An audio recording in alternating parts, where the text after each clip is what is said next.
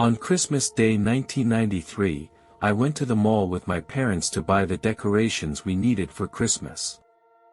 For a 10-year-old, Christmas can be one of the most anticipated holidays of the year. I always felt overwhelmed with excitement and anticipation during this holiday season. After the shopping was done, my father drove us home. I sat in the back and admired the bustling streets. My father drove intently while my mother chatted with him. Suddenly, I heard a loud bang, the car shook, and then I felt a strong vibration. I looked out the car window and saw that we had been hit by an ambulance. Then the car lost its balance and rolled over like a runaway toy car. I was thrown off and I felt my body spinning in the air. I hit my head on something with a dull thud.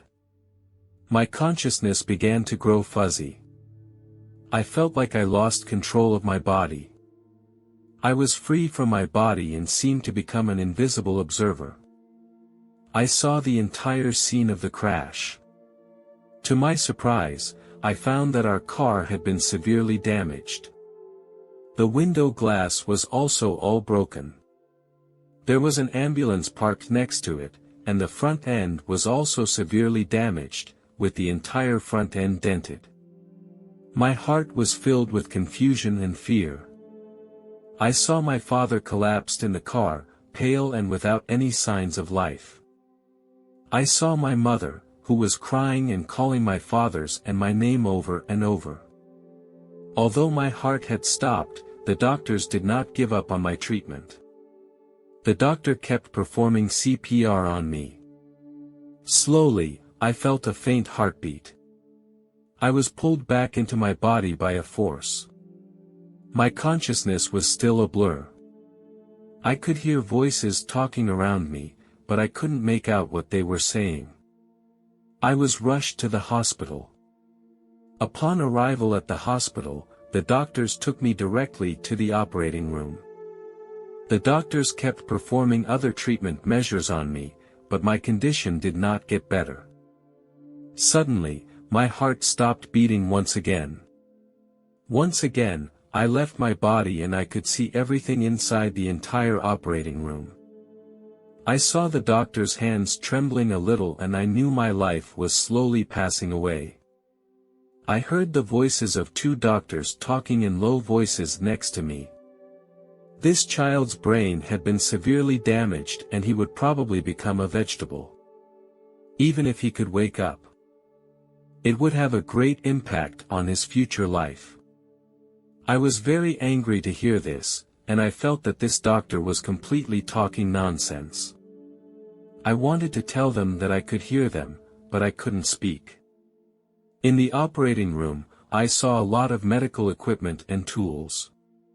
Doctors were surrounding me. I could see them opening an incision in my head and heard the sound of tools clashing.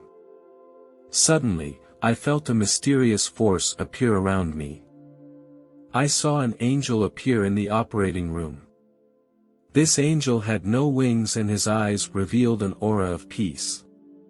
The angel came up to me, and he gently reached out his hand and touched my forehead, and my soul instantly felt a wave of peace.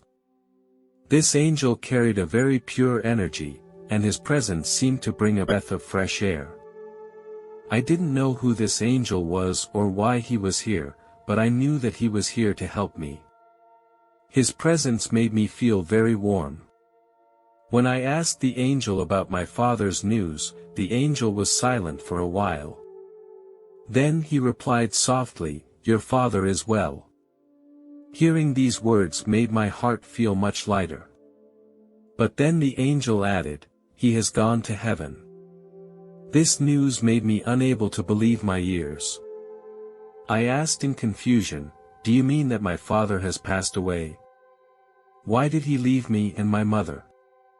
The angel patiently explained, "Your father's mission has been completed and he needs to go to the other world." I had a hard time accepting this explanation. I felt that my father had abandoned me and my mother. The angel reassured me, "Your father has not left you, He will always be there for you. I asked the angel to take me to see my father. The angel shook his head and told me that now was not the time for me to go to heaven. I had many important tasks to complete. He assured me that I would meet my father again at some point. I felt very frustrated and disappointed, not understanding why the angel would not take me to see my father. I begged him again to take me to my father. Finally, the angel agreed to my request. He told me that it was not an easy thing to do, but he was willing to help me make this wish come true. He also reminded me that this was only a short journey and that I had to be prepared for it. I nodded to show that I was ready. The angel took my hand in his. Next, we began to move upward. I passed through the white clouds and looked up to see a beautiful garden. Inside this garden, I saw all kinds of flowers and trees. Next to the garden, there was a clear stream. It was as if this was a world without troubles. I followed the angel into the depths of the garden. A house appeared in front of me. The house was exactly the same as my current home, from the exterior to the interior. The outer walls of the house were painted light blue. There was a tall oak tree in front of the door, with a thick layer of green grass under it. The door of the house was open, seemingly welcoming our arrival. I followed the angel into the room and saw a familiar family photo. In the photo, I saw me and my parents.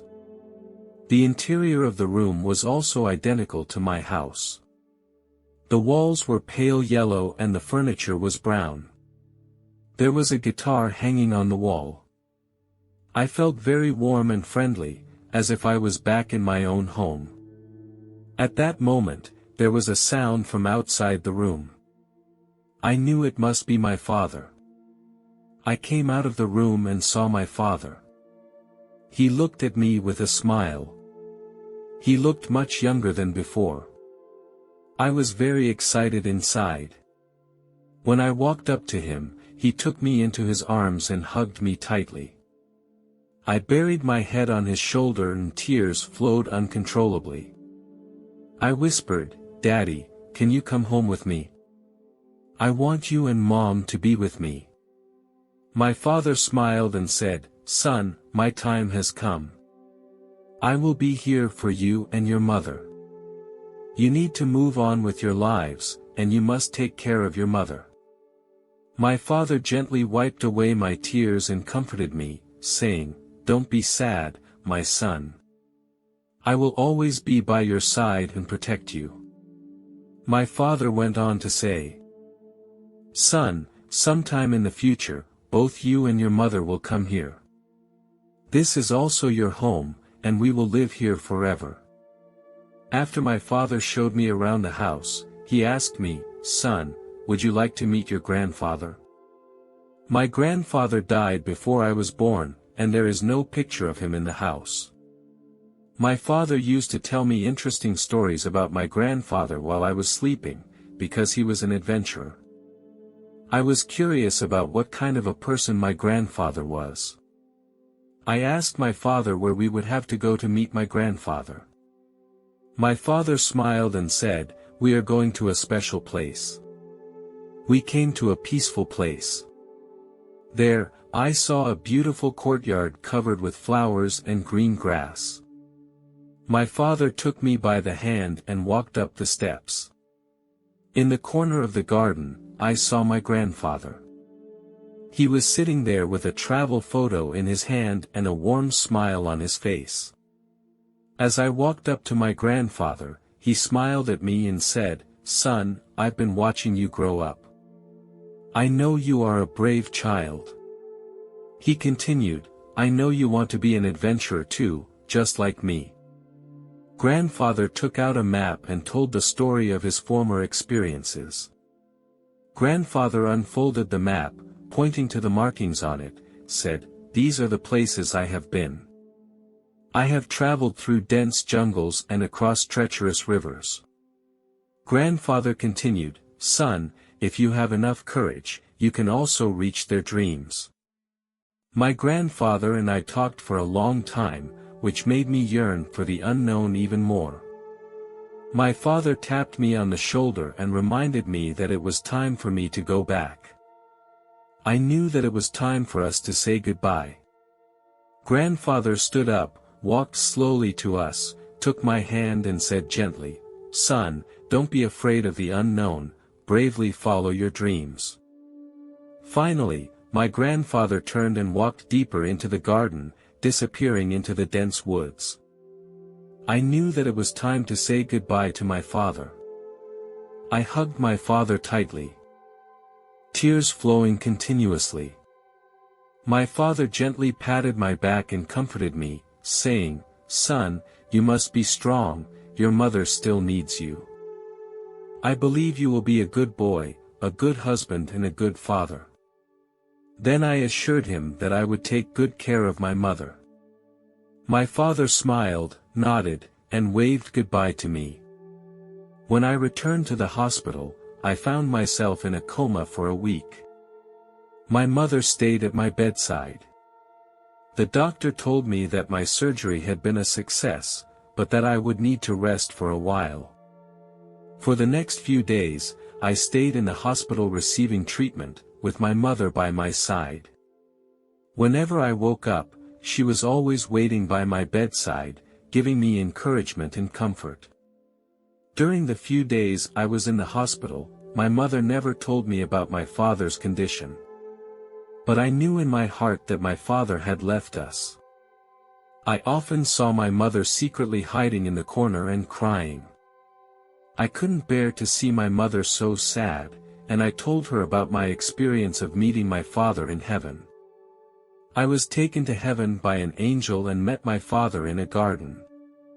There was a house exactly like our house. My mother did not believe what I said. She thought I was just hallucinating. Although I felt a little disappointed, I knew what I said was true. I told my mother again that I had also seen my grandfather in heaven. He was dressed in white, and his hair and beard were snow white. Grandfather's little thumb on his left hand was missing. Grandfather told me that it was an injury he had received during a rock climb. When my mother heard this, she acted surprised. Because she knew that my grandfather had died before I was born. It was very strange to my mother that I could describe in detail what he looked like and how he had been injured. I reassured my mother that my father was doing well in the other world. My father told me that we can't keep dwelling on our grief. We should try to live. He will always be waiting for us in heaven. My mother nodded and then hugged me tightly. A few days later, I left the hospital. Contrary to the doctor's prediction, I did not become a vegetable, but quickly recovered my health.